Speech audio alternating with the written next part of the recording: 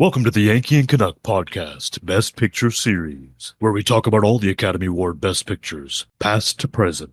And I'm your host, a Yankee. And I'm your host, a Canuck. And today we're going to be talking about Ben-Hur, a 1959 film. This is the 32nd film to win Best Picture. A couple of interesting things about this one. This is, along with Titanic and Lord of the Rings, Return of the King, to have won 11 awards. Is that right? It won 11, yeah.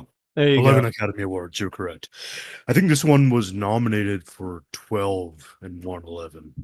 I think it lost, what, screenplay or whatever? Screenplay, I think. Yeah, you're right. Yeah. There you go. So yeah, I didn't know Lord of the Rings won 11. that's crazy, right? 10 or something. Yeah. That doesn't surprise me. I knew it tied with. You said Titanic. I'm like, okay, it must have been Return of the King. That was the other one that I was thinking of. Yeah, 11. Titanic won a hell of a lot that year. Yeah. Yeah, it won twice as many as it should have. What? And we'll get to that when we get to that, right?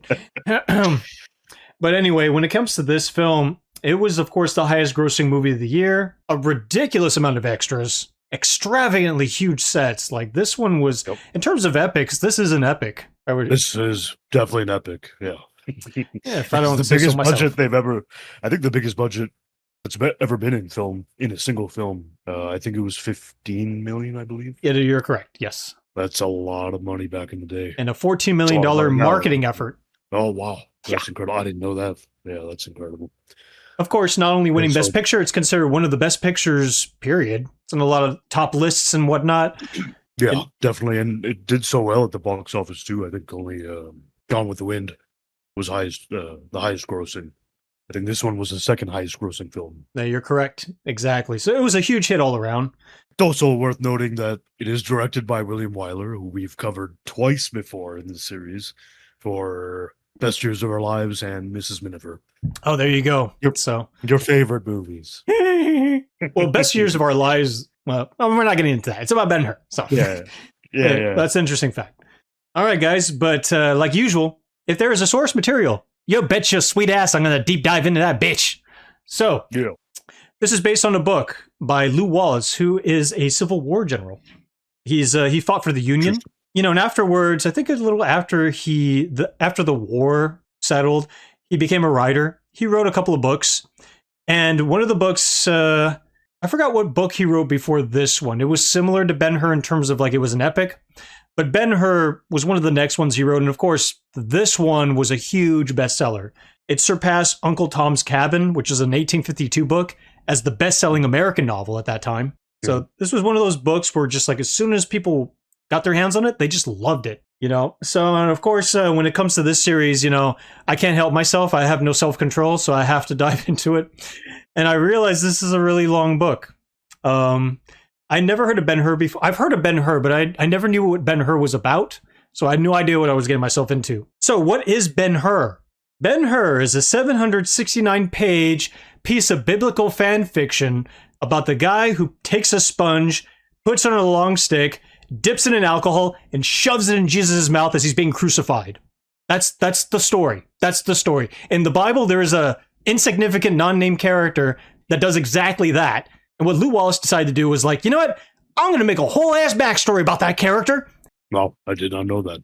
I knew, the name Ben-Hur, and so yeah, interesting. If you would please describe the film. Well, it's about a guy who puts a sponge in someone's mouth and or whatever you just said.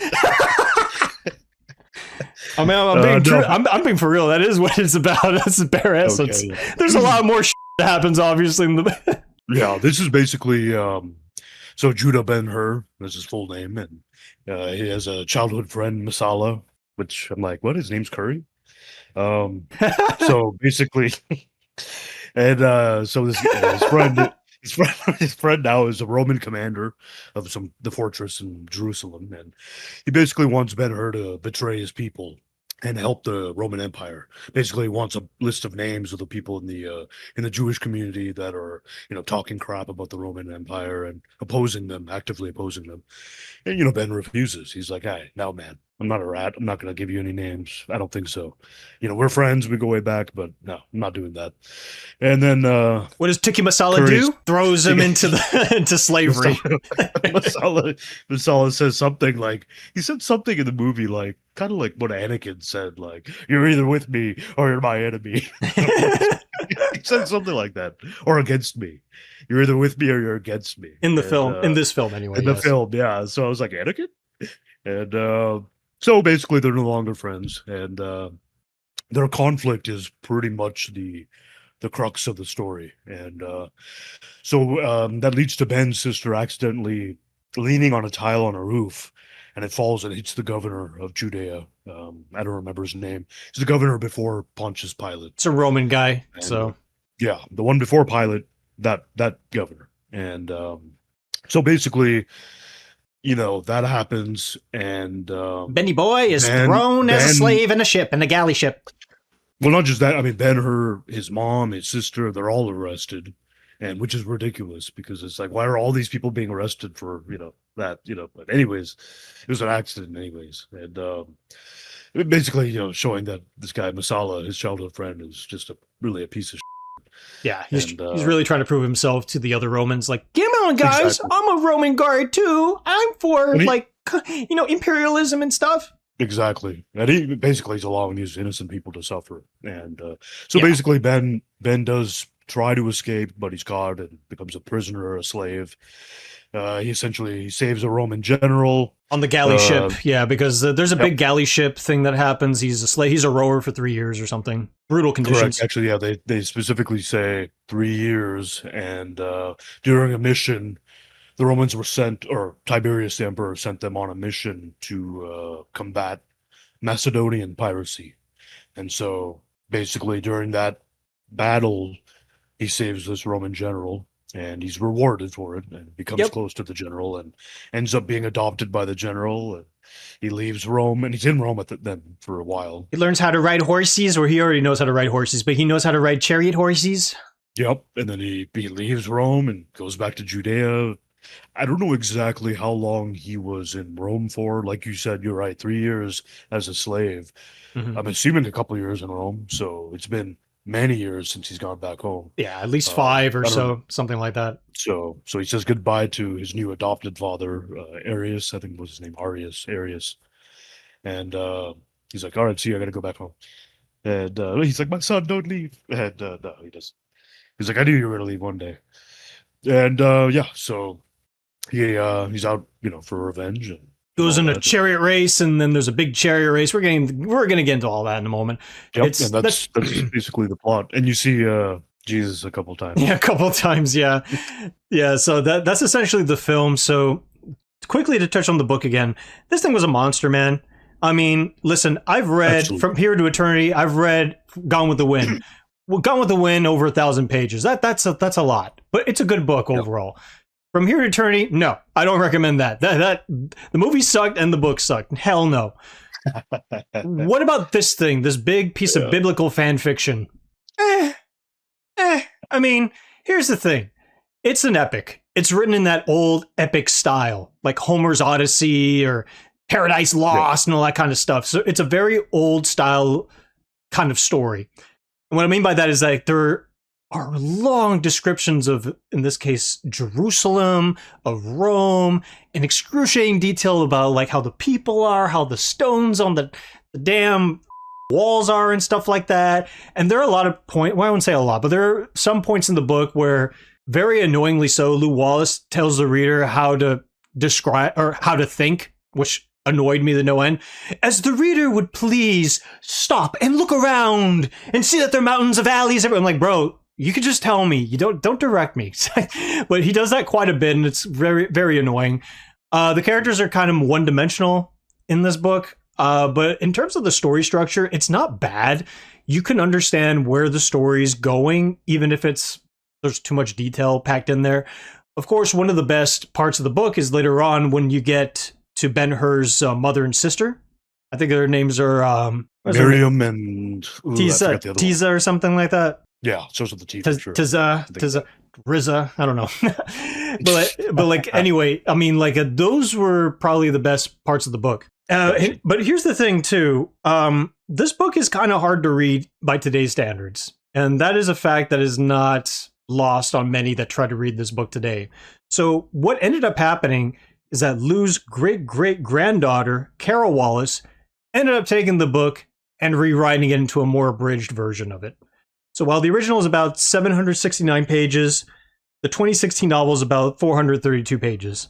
And this is what Carol Wallace had to say about the original book, quote, "The plot moves very slowly, and the dialogue was obviously written to sound antique. Characters swear in Latin, for instance. What's more, the descriptions of settings and scenery last much longer than they need to. I hear you, sister." In Some of that applies to the movie as well. Oh, yeah, and we're going to get to the movie for sure. In 1880, before much of the Middle East had been photographed, these details were new and exotic. Now they just get in the way of the action, end quote. So I agree with that wholeheartedly. So after I read this book, I was like, I read it, but did I really retain a lot of the information that was in this book? Not really. It was kind of boring in some parts. There are interesting parts in the book, like their diagrams and stuff, but I was like, it wasn't enough to hold my attention. So I ended up listening to Carol Wallace's book, the audiobook. I couldn't find a copy of my own, so I just listened to it. And let me tell you, between those two different versions, I recommend people to listen or read Carol Wallace's version. It's the same story. There's just more character depth in there. There's more interesting character moments in there. You feel more for the characters and their struggles. They feel human. Whereas in the original version of the book, they don't feel human. They just feel like little action figures like trotting along, or they're like board pieces, figurines like going along the board game map. So yeah. And guess what? Here's another fun fact. When it comes to this film, we're going to obviously talk about the 1959 version. But did you know there are 6 major adaptations of this work? I knew that there was a silent film in the 20s that came out. That was, I think, in the mid-20s. That was called Ben-Hur, The Tale of Christ, or something like that. I haven't seen it. Yes. Here's the thing. That is the 1925 one, yes. Before that, there was a 1907 version. Then there's the 1959 version, which we're going to talk about. There's a 2003 animated film version. There's a 2010 miniseries version that's 3 hours long, but divided into 2 episodes. And then there's the remake, directed by the guy who did Wanted, that came out in 2016, which coincided with Carol Wallace's adaptation of the book. Yeah, I haven't seen any of those other ones. And I do remember that movie that came out maybe a decade ago. And there you go. Guess what? I saw all of them. Oh, wow. I'm crazy. I don't know why I do this to myself. Impressive. Yeah, right. So I thought, why the f not? So to really, really quickly touch on them, the 1907 one is like about 15 minutes, and it's like watching a high school play pretty much. The camera's in one spot, and a lot of the main things that happen in this gargantuan 700-page plus book is just distilled into 15 minutes. Which is like nothing. You see the tile fall on the dude, and then you cut to the chariot race, and then that's it. That's the end. And you're like, okay, this was a waste of time. Wow. That's essentially it. The 1925 version, that's interesting because that's actually a really good movie. So I was actually really surprised. It's about a 2-hour, I think, 10-minute film or something like that. And I gotta say, man, what's famous about the whole story about Ben-Hur is the chariot race. And let me tell you, the chariot race in this one is really good in the 1925 version. As a matter of fact, it's so good. It not only set the standard for film editing and montage setups, it also was the basis for the 1959 version. They actually copied a lot of the shots from that version. That's how impressive it was, especially from 1925, standards. I do have a fact, a really horrible, horrific, and sad fact that they corrected and made sure they had different standards in 59. The 25 version, I think at least 100 horses were killed or died during the filming of that. The 25 version? 25 version, yeah. That doesn't surprise me. And unfortunately, that happened a lot back in the day, especially with Westerns. A lot of horses got hobbled because they made the jump and they just fell incorrectly. So that doesn't surprise me, but it is impressive. It's a technical marvel what they did. It took about 200,000 feet of film to shoot all that. And they got it down to 750 feet for the final cut. This also inspired the 1998 film Prince of Egypt, that cartoon? Oh, yes, yeah. And you know what else it inspired? Which? Episode 1, Defend the Menace. We were doing our Waddle voice before we did all this. So, but yeah. That was funny when we started doing them. Like, oh, there's the fact I'm going to lay on you. So interesting. Yeah, so it's a good version. I like that one. And also the 2003 animated film version. That one's interesting because Charlton Heston is the narrator for that. And not only that, he reprises his role as a Ben-Hur. Judah Ben-Hur. Which is... Ben-Who? It's interesting hearing an 80-year-old man try to pretend he's 30 years old. But then again, his voice hadn't changed that much in the 50 years that it preceded. So I guess it was okay. So, but other than that, it's just a children's film. It's not really worth watching. The chariot race is pretty bad in that one. So this was one of the, well, I guess this was before or after that Michael Moore documentary that I saw. Definitely before, I think, yeah. Before Michael Moore is like, guns and whatever. That's a whole different conversation. But but the animated film was also produced by Charlton Heston's production company. So you got a piece of the pie out of that one. Right. Yeah, but it's a kid's film. It's whatever. And the 2010 miniseries version, that's kind of like Xena Warrior Princess meets Journey, the Legendary Journeys, in terms of the way it looks and feels. It feels like a cheap television adaptation. But the characters are pretty well fleshed out. And I think they add an extra character for the second part of it and makes things a little more interesting. The action's pretty good in that one, but it's more like a, if you watch it, you're not gonna really feel like your time is wasted, but it's not really worth watching at the end of the day. It's decent is what I'm trying to say. Then finally, the 2016 remake. I will say that a lot of people hate that film. I've heard terrible things about it. It's not that bad. That's all I'll say about it. What's great about that version of the film is that Masala and Ben-Hur, Judah Ben-Hur, their character arc is very richly developed. Okay. More so than the 59 version. It's got its shortcomings as well. But the action's pretty solid. The story's, fine. It's good. It's well paced. And there's a lot of rich character development between those two principal characters. So I'd say it's worth watching on that basis. That all being said, let's get to the main film. The main reason y'all are listening. The 59 film. So how's this one stack up? Well, as mentioned in the very beginning, extravagant sets, great action set pieces. The acting is typical of the era, if you know what I'm talking about. It's big, it's bombacious, it's set up like a play, I guess you could say, like a theater. And Charlton Heston's presence is felt throughout the entire film.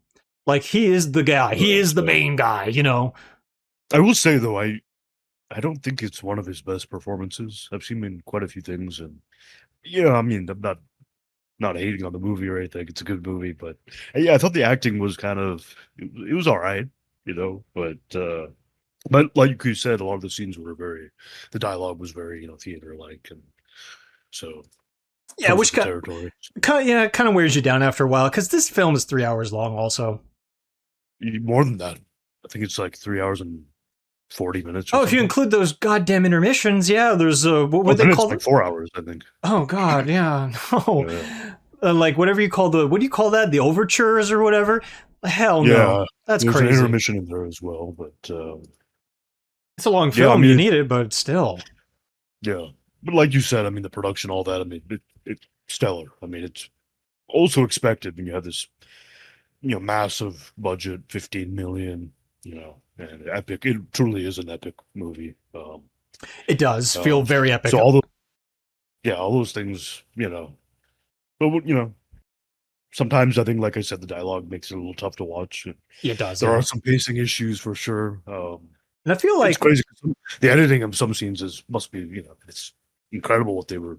Oh, especially the chariot race. That's when it's really good with the editing. Then there's other times where it's like, why didn't they cut this out? Cut this out.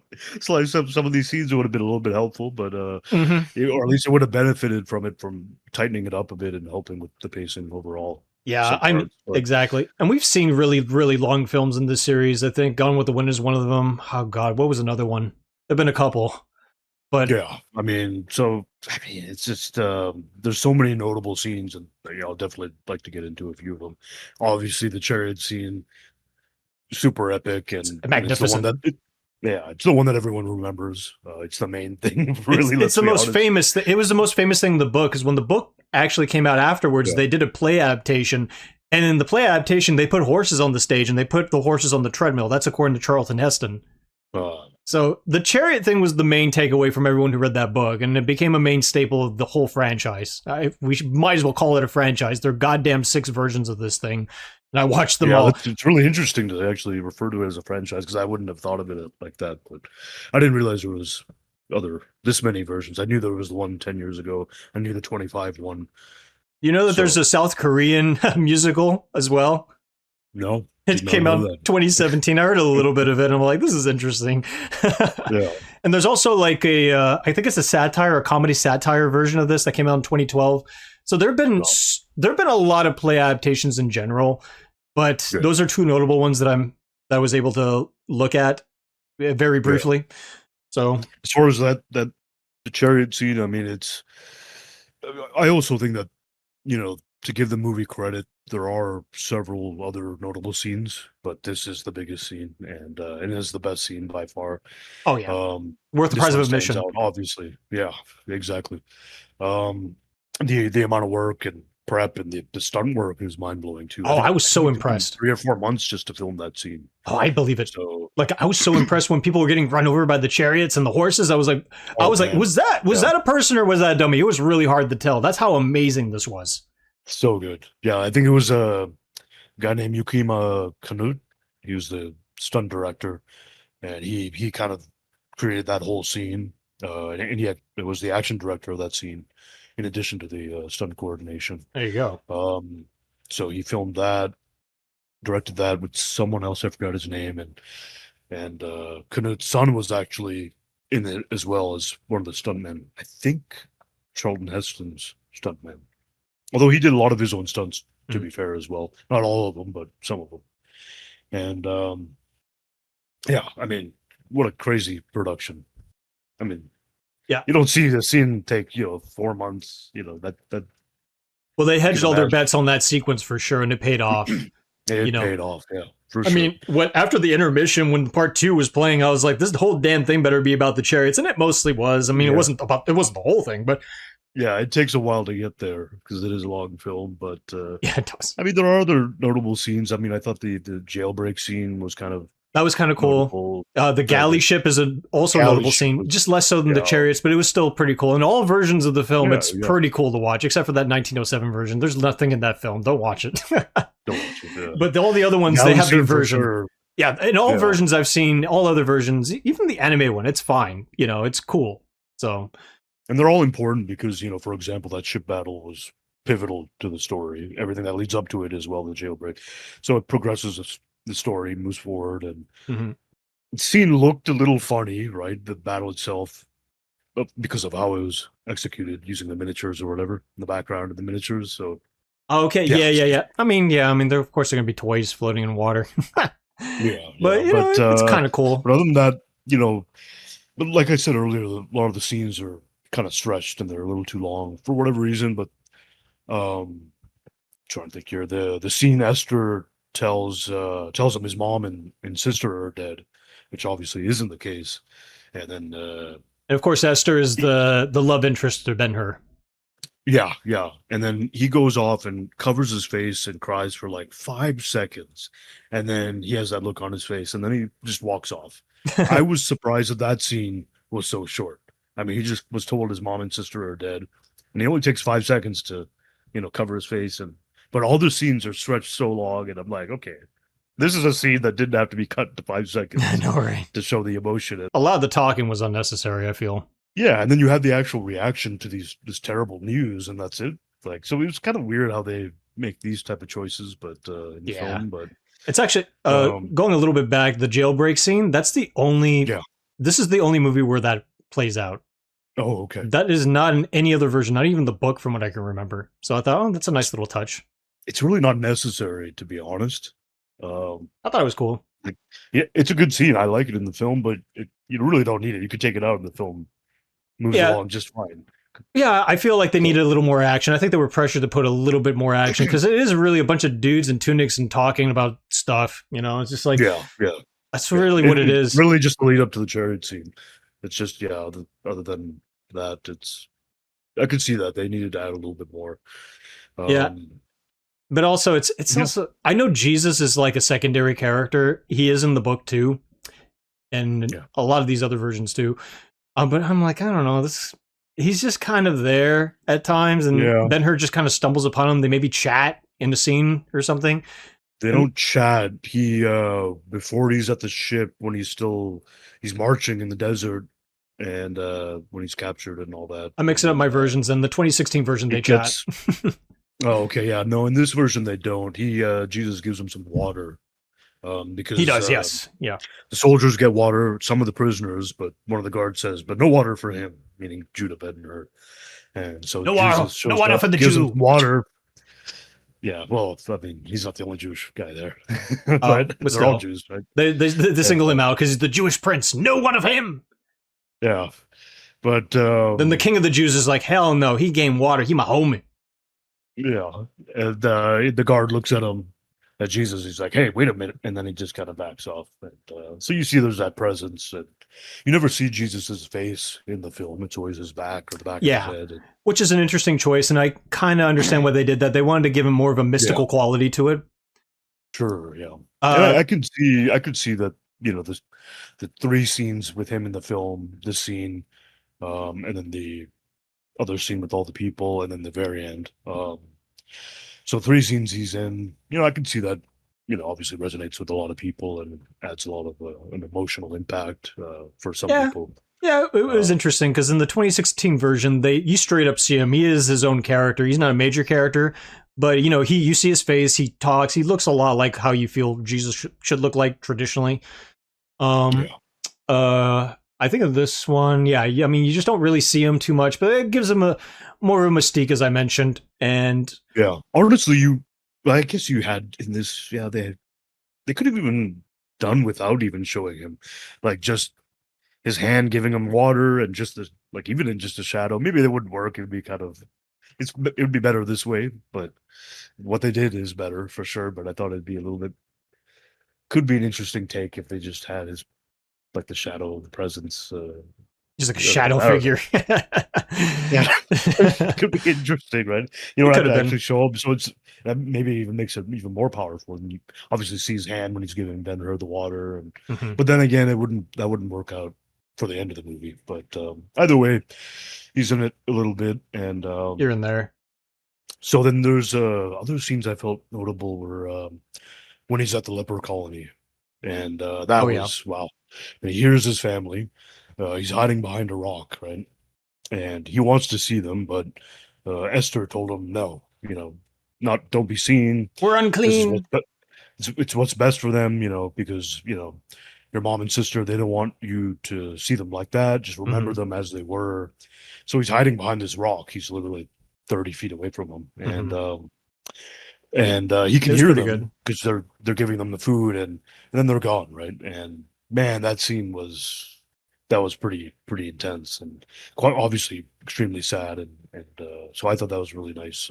That's why it's the best part in the book, in my opinion, in both versions of the book. It's really, especially Carol Wallace's interpretation. She gives more depth to the female characters in her book, particularly those 2 characters, and you really feel for them because they're just like, we're struck with leprosy. We want to see Judah, but we can't because of our illness. Maybe we should go off and die somewhere. So there's a lot of that lament and regret and sorrow. You feel that all the way until they're healed. And that's the big thing in this film too. In all versions that feature this, they're healed by the end because the miracle of Jesus or whatever. That scene, what I was talking about, they obviously don't meet, but they do end up seeing them. He ends up seeing them, soon after. Well, this movie's so long, soon after, meaning like 30, 40 minutes. Yeah. And then they get healed in the end by, who. And it ends with Ben-Hur reuniting with his mom and sister. Good, happy ending, happy relative to the fact that there's a dude nailed on the cross with 2 other guys. Oh, that's true. Yeah. Happy ending for Ben-Hur and Ben. Yeah, better for them, yes. Which is how all the versions of the story end, including the book, and there's a little bit of an epilogue too in the book, where Ben-Hur witnesses, he doesn't witness the resurrection of Christ, but he hears about it. He stumbles upon the apostles. Apparently he's best homies with all of them. And then they tell him about the resurrection, and then he becomes a believer, and he makes it his life's mission to spread the word of Christ and all that stuff. So, Jesus. And in this one, they just see him nailed to a cross, and then the film ends. Is that right?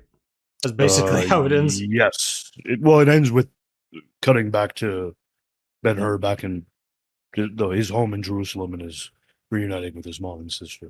Okay, well, shortly before that happens. So correct, yeah, it's the last 10 minutes of the film. There you go. And, but in this version, Masala is basically, he's a jerk from beginning to end, and he gets run over by the chariots during the chariot race, by the horses and whatever, because his chariot thing breaks. Yeah. Yep. And I think they make amends by the end, and in his dying breath, he tells them where to find his sister and mom. Is that right? Esther told Judah Ben-Hur that, his mom and sister passed away, and because he didn't want them to know about the leprosy. And so Masala does tell him, no, it's not true. They're actually in a leper colony. And that's how he hooks him up with that. So it's fine, because Masala's main role in the film is just to be the bad guy. That's just like his whole thing, and that's more or less he is horrible human being. He is, yes, but in the book it's not that different. Yeah. In other versions, such as Carol Wallace's version, I think she gets this from one of the other adaptations.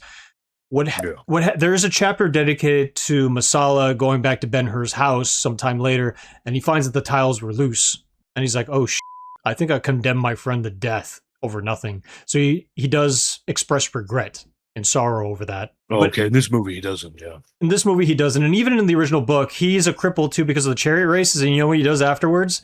He hires an assassin to kill Ben-Hur, and Ben-Hur ends up fighting the guy and kills him, I think. So that he's a piece of shit all the way to the end. So yeah, I mean, just to throw away a friendship, just to gain more favor with the Romans, even though he's already a commander of this fortress. Yeah. And just because Ben won't sell out his people and all. Exactly. But in other versions, he allows all these people to go to prison and suffer. His mom and sister, like what? Exactly. So it's crazy. But in other versions, it's a little more nuanced, which I appreciate more.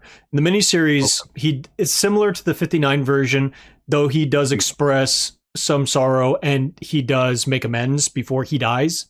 In the remake, what's interesting is that because they set Masala up to be more of a sympathetic figure, like he expresses regret for his actions. You see that he's second guessing himself, but he does it anyway, like condemn Judah to slavery, and he puts his other family in prison and stuff like that. And there is an adversarial relationship that brews afterwards, all the way to the chariot race, and the same sort of thing happening, gets run over and all that stuff. And he ends up losing a leg. And then the animosity is there. They try to kill each other, even on the literal, what is supposed to be a deathbed. But Masala ends up getting better, and they end up becoming best buds. They forgive each other, and he's still riding horses, even though he lost a leg. So that version is interesting because they make amends. It's a typical Hollywood ending in that respect, and maybe some people don't like that. I don't like that ending. I like it just because, they built Masala up to be more sympathetic compared to all these other versions. All these other versions, he's just a bad guy. He's like a two-dimensional, almost bad guy, or just straight up like he's a villain. There's nothing you can do about it, right? This one is just like, no, there's a little more dimension to this character, and I appreciated that a little bit more. But I understand some people don't like that. They're like, listen, we liked it the way it was before. Don't change that. So I understand that. Yeah. So no way. There's no repairing anything. No, the dude condemned we bad guy forever. The mother and sister to death. They have leprosy. No. It's your fault. No way. No. Not on my watch. But it's interesting seeing all these different versions because you could see slightly different interpretations here and there. And Morgan Freeman's in the remake as well, the 2016 one. Oh, that's right. Yeah. Yeah. So I mean, like the character that you mentioned on the galley ship, Eris, I think his name was. Like Arius. Yeah. Yeah. He's in the remake too, or in that version. But Quintus Arius. Right? Quintus Arius. Yeah. But at one point when they're getting attacked, the ship battle happens. He falls on the oars, and then Ben-Hur's like whacks him with the oar, and he dies. Oh wow! That is different in that version. And then so he gets all his resources and stuff from the Sheik, who's played by Morgan Freeman, presumably because they paid a lot of money to have Morgan Freeman in it, and we're like, we're not going to pay this guy a lot of money unless we utilize him more. Therefore, we're going to just build this whole thing around this character. So that's why that happened. But in other versions, it's more true. Like the miniseries one is also more sympathetic to that particular character because, you know, he saves his life. And almost all the other versions, he saves his life. Ben-Hur does. And he raises him like a son. Like he's granted to him as a slave. And I think in this version, the 59 version, he's a slave. But he's raised more like a son. You know, he treats him more like a son. And in the miniseries version, he's kind of sickly and dying. And then there's a big action scene that happens, like a gladiator scene. They're forcing to pit Judah against this other captured Jewish slave. And the fight happens, and the guy's like, you know what, screw you. And the guy's like, we're going to do bad things to you, sentence you to death or whatever. And he decides to kill himself in the miniseries. And that's a very big moment in that. And I thought it was an interesting take of that character. So it's interesting to see like faithful adaptations of a character going more with the character, like in that instance, or just kind of doing away with him, like in the 2016 version. Like, he's here. Nope. Bam. He's gone. So He did. So now, in this version 59, did you recognize the actor? Series? No, I don't think I did. No, who is he? It was Major Warden from Bridge on River Kwai. For real? Yeah, Jack Hawkins. Oh, that is a 3-hour film too. Yeah, almost a 3-hour film. I didn't know that. No, I didn't know that. Yeah, that's crazy. That's interesting. There's gonna be a lot of overlap. Yeah. But other than that, I mean, the movie was, you know, once again, touching on the soundtrack. I really enjoyed it. Oh, it was so good in this one. This is the best version of the soundtrack in all versions I've seen. It's so good in this one. I mean, it's an epic film, so you got to have epic soundtrack and score, and you get that. It delivers. Apparently, there was more than 3 hours of music composed. And I think I read they used about 2.5 hours of it. And so at that time, it was the longest score ever composed for a movie. And that was only broken. This is interesting. That was only broken a few years ago. Really? By the nearly 4-hour long score of Zack Snyder's Justice League. Oh, really? Is that a more deserving film? Oh, man. That's Hans Zimmer, I think. So yeah, he's a legend too. He's good. But yeah, great soundtrack. So I did want to mention that. Yeah, no, I agree. I mean, the music is really good, and you know, it, like I said, you know, it's the best version of the soundtrack out of all the versions I've seen. It was really epic. It really made you feel like you were in the scene at times. It just had such a presence. Yeah. It was almost a character in and of itself. Agreed. Yeah, that's exactly it. I do want to mention, I mean, there's a lot of quotes in this movie, but I already mentioned one Star Wars thing earlier. There was another quote in it that reminded me of Star Wars. There's a part when Arius is and Ben-Hur, they're on the ship and he's rowing, right? Mm-hmm. And he whips him, and then he says, you know, your eyes are full of hate. You know, that's good. Hate keeps a man alive, gives him strength, right? So that reminded me of when Palpatine said something like, I can feel your anger. That's exactly what I thought too. Makes you stronger. Do it. Didn't they say a line too? It's just like, soon he will be one of us. Something like that. I remember hearing that. We're like, Palpatine? Yeah. Did George Lucas take a lot from this film? I think he did. I think so. I think it's pretty obvious now that we talk about it. Took a lot from this, and obviously from Kurosawa, and you know, so countless others. Oh yeah, Star Wars, as we all know, if you're a mega fan, is an amalgamation of many different sources. At least the original 3 movies are. Yeah. And it's just like, and yeah, you definitely feel that at times. Yeah, they're great, and we love those movies too. But oh yeah, check out our episodes, guys. We talk about them in length. Yep. So yeah, that was another line that I was like, hey man, Star Wars. So I just wanted to bring that up real quick. No, for real. Especially when he said, you know, I can feel your anger. It makes you stronger. It gives you strength. Right? I was like, makes you stronger. Sticking in those popping. Yeah, do it. Yeah. But look, I mean, at the end of the day, I think this is definitely a movie to watch. I mean, it's definitely one to watch for film fans. I think for everybody, it's very watchable. It has its moments. lot of epic scenes. Chariot scene alone is a reason to watch the movie, and it's not the only one. Um, that being said, I don't think I'd watch it again. Yeah, same. I'm good. Maybe the chariot races. That's it. Yeah, I've seen that before. So there's that. But is it as good as people say it is? Yes and no. Yeah. Yeah, I mean, yes and no. I think I think the story isn't the strongest, and some of the acting isn't, amazing. But for what is good is really good.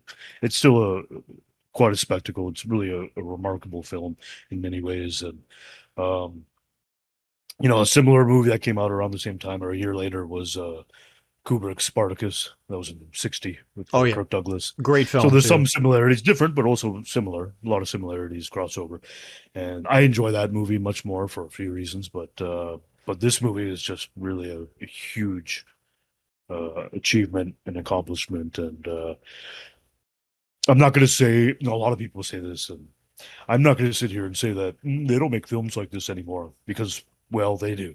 Yeah, they do. People say that, and I don't get it. Like, maybe you're watching the wrong movies. Maybe in the sense of like you're not going to see this many extras unless it's like CGI or AI or whatever. They actually got so many extras in that Coliseum scene alone. It was crazy. It felt like it was crowded, and after the chariot race was over, there were so many people like coming in and out. I was like, whoa! I felt like I was kind of in there.